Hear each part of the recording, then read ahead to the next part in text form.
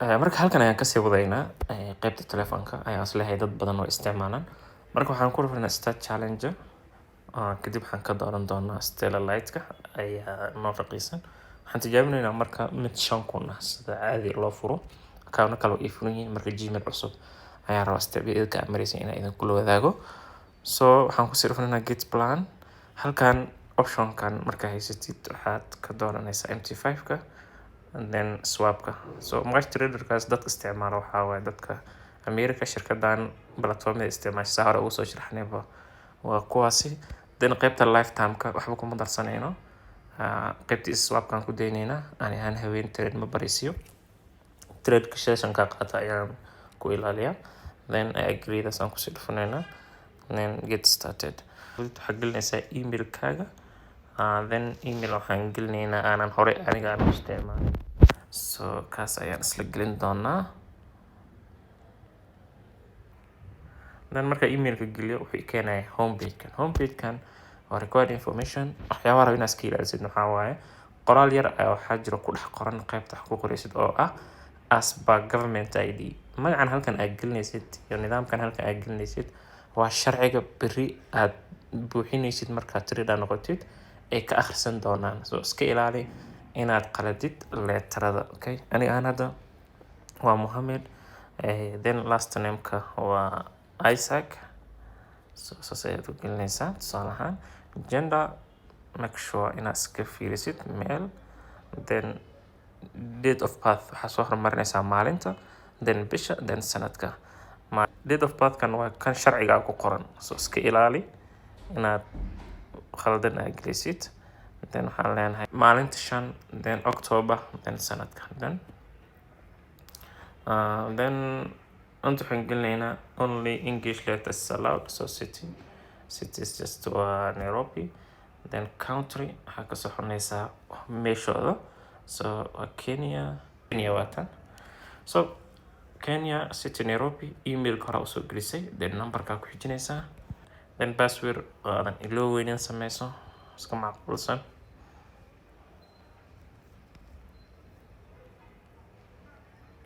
Then passwordka marka ku celi.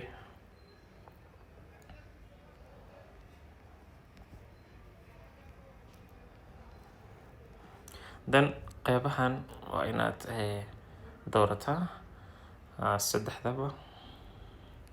Then waxaan leenahay next.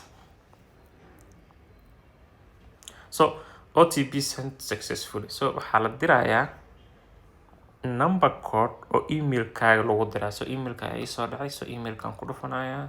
Then waxaan soo qaadanaya OTP-gan copy. Then waxaan ku paste gareynayaa qaybta ay dhaheen inaan geliyo qaybtaas. Paste. Then next. So everything is successful. So hadda marka waxay keeneen qaybta payment-ga. So haddii aad Soomaali joogtid Premier Bank-ka mase Wafi card waxaad doonta haysatid waxaad badnaa dooranaysaa international cards meesha ku qoran tahay mase meeshan ay ku qoran tahay local cards. haddii PayPal aad isticmaashid oo meeshaad isticmaashid aad joogtid PayPal, haddii aad crypto ku bixin kartid crypto, Skrill waa ku bixin kartaa, then Google Pay hataa waa ku bixin kartaa dadka dibadda joogo. So Airtel Money-gan hadda kale waa Kenya, dad caadi number kaar ahaan aad ka diri kartaa lacagta. badna waxaan ka bixiyaa in lacagta local cardska Visa card aan ka bixiyaa. So Visa card-kan ku dhufanayaa qaybtaas aan kasii dooranayaa local cards markaan ku dhufto. Then wuxuu keenayaa inaan lacagta bixiyo $33.98. So halkan waxaan gelinayaa card number-ka aad haysatid. Then halkan waxaan gelinaysaa expire kaarka. Then halkan waxaan gelinaysaa CVC uu kaarka leeyahay kaarka aad ka soo qaadatay shirkadda maybe Premier Bank mise Wafi card uu leeyahay. Antan shay waa inaad soo qaadataa kaarkaasi qaab online ahaan hataa Wafiga waad ka baxsan kartaa. City magaalada joogtid waxaad gelinaysaa city-gan markaa form-ka soo sameynaysay. Address line-ka badna address line-ka joogtid Banaadir, then anywhere Muqdisho geeda ahaan magaalada joogtid aad gelisay address line-keeda aad gelinaysaa. Zip code plus 252 ayaad gashan kartaa mise haddii kale 00610 haddaad Kenya joogtid. So zip code-ka wadamada way kala duwan yihiin. So hadba wadankaa joogtid ayaa shuruudaas ku buuxinaysaa. So mar alla markaa intan aad buuxisid shuruudan aad buuxisid then waxaa leedahay pay automatic kaarkaas wuxuu dirayaa codekaasaad marka confirmation siinaysaa. waxaa kuu soo dhacaya marka email automatic ah. So tusaale ahaan shuruudan aan buuxin doonaa then emailka ay noo soo diraan ayaan isla booqan doonaa. So account-kii aan gadanay waa kan halkan uu noo yaala waana loo soo diray iibshadii account-ka. So waxaa lagu leeyahay account-ka aad iibsatay login ID-ga lagu soo diri doonaa password-ka lagu soo diraya Funded server. So saddexdan shay waa muhiim waa qaybta server ID-ga waa shirkadda aad ka dooranaysid inaad MT5-kaaga ku access garaysid. So hadda waxaan qaadanaynaa login ID-gan copy then waxaan si toos u tagayaa MT5-kayga qaybta new account ayaan dooranayaa then waxaan raadinayaa shirkadda waxaan leeyahay Funded Next. So logada ugu horeysa ku garan kartid waa kaas taasaa ku dhufanaysaa. halkan marka server 2 ku saaran serverka adiga lagu soo dirayna waa kee waa inaad iska fiirisid waa qaybtan ay ku qoran tahay server ID waxaa lagu soo diray Funded Next server oo waxba raacsaneen. Okay markaasaa tagaysaa waa bedelaysaa Funded Next server oo waxba raacsaneen midkaas calaamad soo saarnaysaa. Login ID copy aad soo dhahaystay paste leedahay password-kan halkan ayaad gelinaysaa then waxaa soo qaadanaysaa password-ka copy then soo dhammaystiran soo qaado markaa copy soo dhahayd halkan ayaad ku paste garaynaysaa. So meeshaan marka already waxaa haysanaa inaan account-keena gudaha usii gali karno oo sign in aan dhihi karno.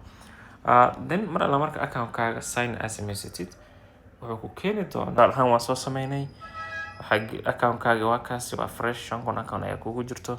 So marka MT5-ka dhowr qayb ayuu leeyahay waa meel quote ah waa meel chat waa meel trade waa meel history. So sida loo isticmaalo way fududahay qaybta quote-ka ugu horeysa ayaan ku hormaraynaa. halkan waxaa kugu imaanaya marka waxyaabo default ah oo like tusaale ahaan oo kale Audi card lacag adiga aad trade gareyn iskaga jiro waa marka qaybta qalinka ku dhufanaysaa dooranaysaa select lacagtaada u baahan inaad iska tuurtid iska tuuraysa aniga inta badan kulli ma isticmaalo then delete.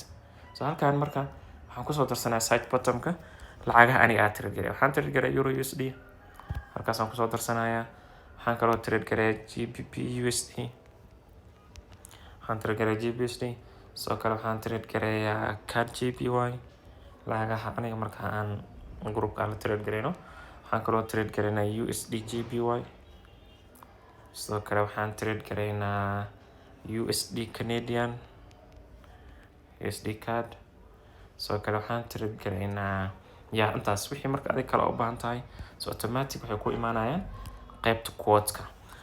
then waxaa noogu xigo chatka waa lacagta aad dooratay markaa ku dhufatid lacagta ku dooran chatkeeda ku soo baxayo hadda waxay dooran lacagta Euro USD and then qaybta trade waxaa imaanaya mar alla markaa trade sell buy u furtid then history waxa la wixii trade-ka aad khasaartid iyo wixii aad faa'iidid halkaas ay soo galayaan then setting waa meesha account-ka aad ka fiirsanaysiin.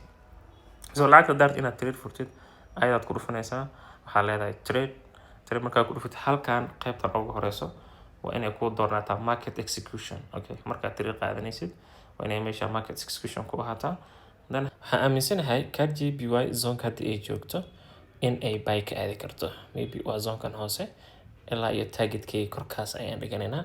So stop loss-kan wuxuu ku aadayaa marka 1.113620 meeshan ayaan haddii trade hoostaas u aado khasaaras ayaan kaga bixinaa. TP-gana korkaasi ay qoran tahay 114.610 meesha ayaan TP ka dhigan doonaa.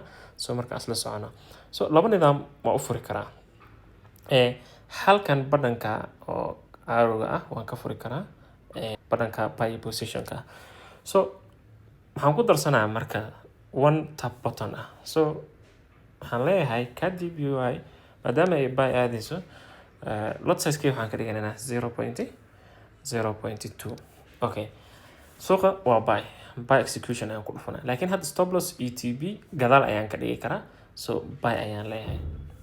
So wuxuu leeyahay ma ogashahay inaad hal tab ka dhigitid yes accepted then ku dhufo so then waxaan leedahay mar labaad buy.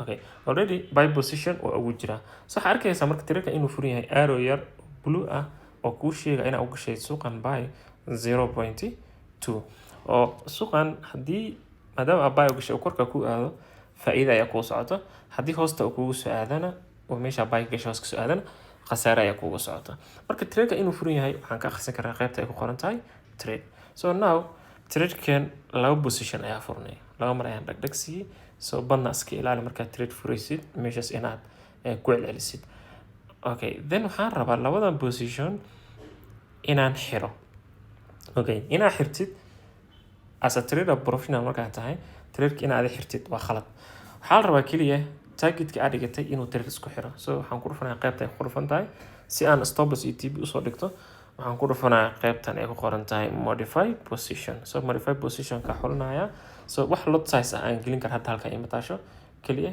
waxaan gelinayaa marka stop losskii so waxaan ka dhigaynaa trade hadda aan sheegay 1.37 ah then waxaan dhahaynaa 6.5 okay 6.5 ayaan ka dhiganaynaa mise 4.3 iskale 4.3 then TB waxaan ka dhiganaynaa targetka kore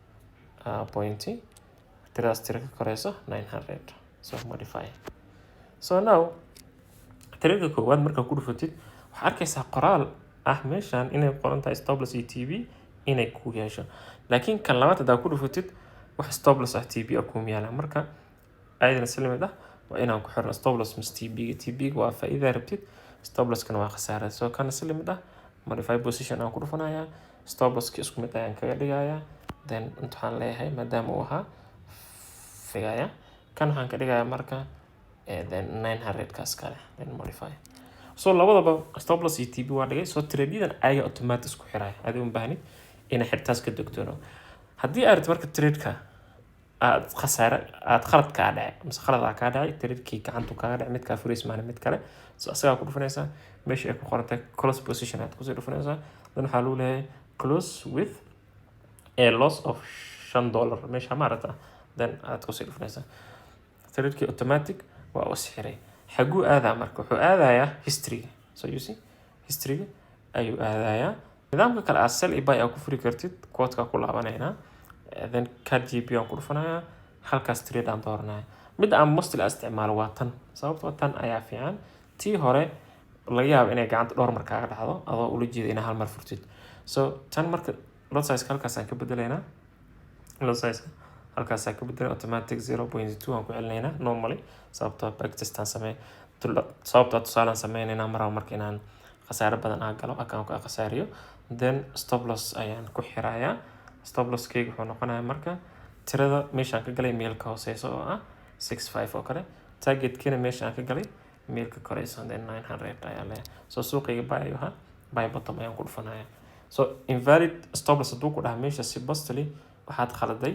suuqa ayaa zaid ugu dhawaatay so meesha waxaan ka dhigi karnaa marka 6.5 oo kale buy so now automatic wuu naga ogolaaday so you see trade-keeni sidaas ayuu ku furan 0.2 ku galnay khasaare waxaan ugu socoto 0.68 sida mid hadaarti inaad iska xirtid close position aad ku dhufanaysaa marka trade-yada sidaas ayaa loo furaa sidaas ayaana loo xiraa marka mar walba qofku markuu trade yahay oo cilmiga yaqaano mar walba analyze-kiisa iyo system-kiisa wuxuu fura ayuu ku trade garayaa intaasina waa marka wax kaliya aan rabay inaan ku tuso sell buy sida loo sameeyo haddii history aan ku laabano khasaare waxaan galnay $9 maadaama laba trade aan tijaabo ku furnay swapka waxaa waaye haddii aad trade habeen bariisisid meeshaas tira ayaa kuusoo furayso commissionka waa 0.00 weli waxba noogu darsamin so swapka badnaa trade haddii habeen aad ka saxatid ayuu kugu soo darsa marka iska ilaali inaad trade habeen bariisisid adoo account-kaaga swap ahaa waxaan buuxinaynaa identification Fundanex account 100k daraad ayaan waqti qurux badan siinay so waxaan jeclaan lahaa sida loo buuxiyo identification-kaaga haddii ID-ga gelinaysa ID-gayga waa qariyay sababta waxaa waaye privacy ID-ga waxaa idinka saaray qayb yar so qaybta hore ID-ga qaadaysa then wuxuu ku leeyahay qaybta kale u gedinaysaa then same way ID-ga sidii sawirka qaybta hore oo qaaday ayaa oo qaado passport yahay passport-ka gelinaysa haddii waxyaabo kale aad waddanka ku joogto ay tahay waqtigaas ay gelinaysaa kadib wejigaaga gelinaysaa then wejigaaga wuxuu leeyahay tag selfie-gaas qaadanaya then selfie-ga haddii aad qaadatid hadda aad leedahay automatic email kuu soo dhici doono then every check aad martidna saas haddii wax kaa khaldan yihiin meeshan calaamad kuu soo saaray. So already successful waaye. shirkaddan waa shirkadda ugu fiican markii challenge mise account la qaadanayo waa kuwa ugu fiican oo laga trade gareeyo. So emailkii within seconds igu soo dhacay oo in aan siiyey, laakiin waxay soo sii doonaan gmail kale oo ay igu confirm gareynayaan inaan shaqadayda hor usii wadan karo. So these are 100k challenge oo daraad aan baasinay. So you are good to go.